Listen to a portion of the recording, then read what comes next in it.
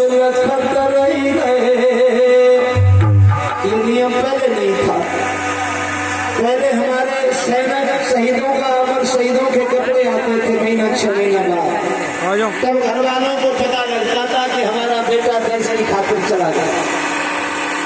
देवगौड़ा सरकार में माननीय गुलाम सिंह नेताजी रक्षा मंत्री जब बने थे, धरती के लाल में धरती का सम्मान बढ़ाने के लिए, मातृभूमि का सम्मान बढ़ाने के लिए ये नियम पारागत करा दिया था। पश्चिम में देवगौड़ा प्रधानमंत्री था तो पूर्व में माननीय गुलाम सिंह लखनवी प्रधानमंत्री थे। मेरे बहन भाई इतना उनका पावर था उस सरकार में, उन्होंने नियम पारागत करा दिया था। किसी जात का, किसी धर्म का, किसी प्रांत का, किसी स्टेट का, किसी गांव का जो सैनिक शहीद होगा देश की खातिर, सरकार के खर्चा से उसकी डेड बॉडी का पंचभौतिक शरीर उसके मातृभूमि तक जाएगा, जन्मभूमि तक जाएगा। तब से हमारे सैनिक लोग ही लाते हैं, राष्ट्रीय सम्मान से ही उनके दाह संस्कार किए जाते हैं।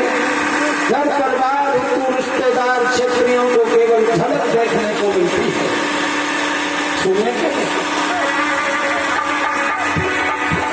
अरे सब लखत नहीं गए, घर बारे दर्शन नहीं करता। सब लखत नहीं गए,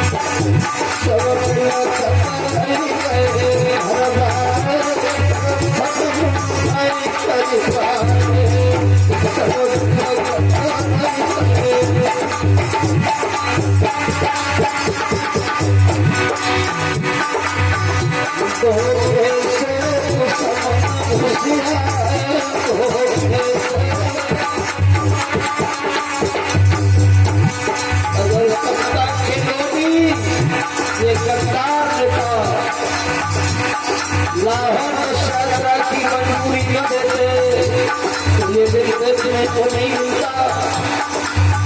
इसका देश मेरा देश नहीं है, देश के चुने हुए जनता जनार्दन ने जिनको बनाया था सांसद, जो जाकर के मंत्री बने, प्रधानमंत्री बने, गृह मंत्री बने, रक्षा मंत्री बने। ये लोग जब ये देखते हैं कि हमारी कुर्सी गड़बड़ में है तो कोई ऐसा मुद्दा पैदा करते हैं, चाहे उस कुर्सी को बचाने के लिए सैकड़ों बलिदान करने पड़े, सैकड़ों सैनिक मरवाने पड़े, हजारों सैनिक मरवाने पड़े। ये आप समझ रहे होंगे मेरी बात को। ये इतिहास भी इस विषय का विषय नहीं है, लेकिन जो बात आती है वो कहनी पड़ती है।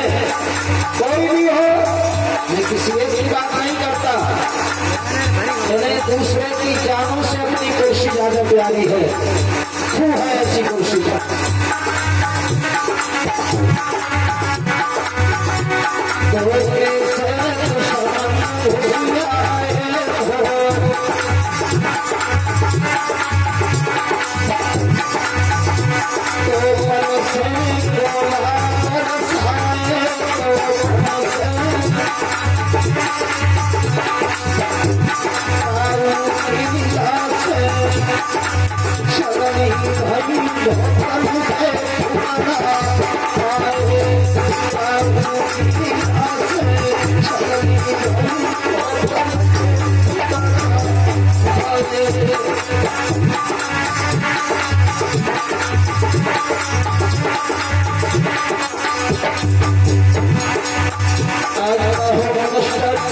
बॉर्डर पर जाता है और किसी दिशा में थोड़ी बमबारी हो गई, बम की आवाज कानों में भनक पड़ी, हेलीकॉप्टर में गिर गया, भागा पार्लियामेंट में आ गया, मीडिया वालों से कह दिया कि आज होम मिनिस्टर बार-बार बच गए।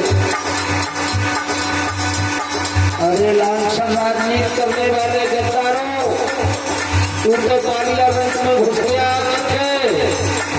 जो बॉर्डर पर भूखे प्यासे खड़े हैं वो भी तो किसी माँ के लाल हैं, उसके भी तो चाहने वाले बहुत हैं जो भारत माता के सम्मान के लिए सीना खोले बॉर्डर पर खड़े हैं, पीठ पर बार खाने को तैयार नहीं है, भारत माता के सम्मान को नीचा नहीं होने दे रहे, गिरने नहीं दे रहे, प्राण भले चले जाए लेकिन भारत का सम्मान सदैव हमारा ये राष्ट्रीय तिरंगा सलामत है।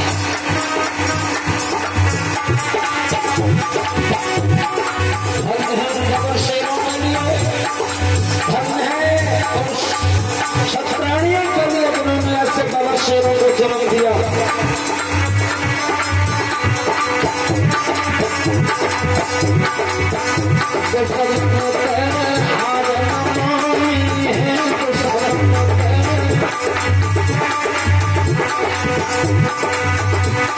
इसलिए बिगड़ी हुई क्षेत्र का, चाहे वो पालन हो, चाहे सुपैती हो या आसपास के गांव हो, या देश की सेवा करने वाले बहुत लोग हैं। हमारे माननीय कैप्टन साहब जो आज मौजूदा प्रधान है, ये कैप्टन पद से सेवानिवृत्त हुए हैं और भी काफी सहमत है फालर में, बहुत फौजी लोग और भी आसपास में। देश की सेवा करना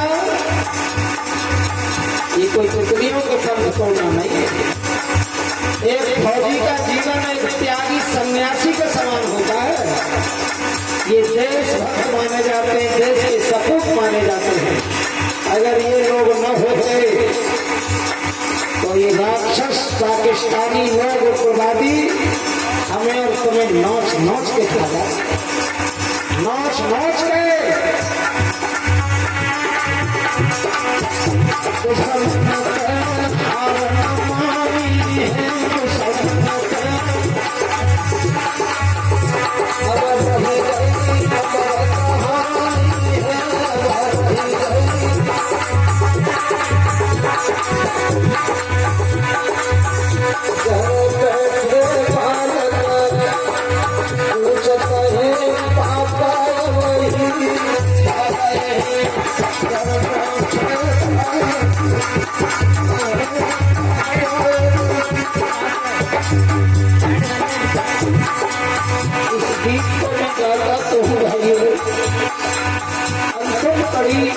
मेरे दिल को झकझोर होती है।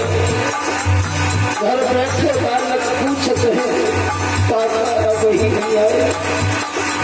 उन बच्चों को ये मालूम नहीं कि पापा को 1 साल हो गई आए हुए अलविदा हो गई दुनिया से। बच्चों से ही कहा जाता है पापा छुट्टी नहीं मिली, पापा आ रहे हैं, बेटा घर रखो। घर बैठे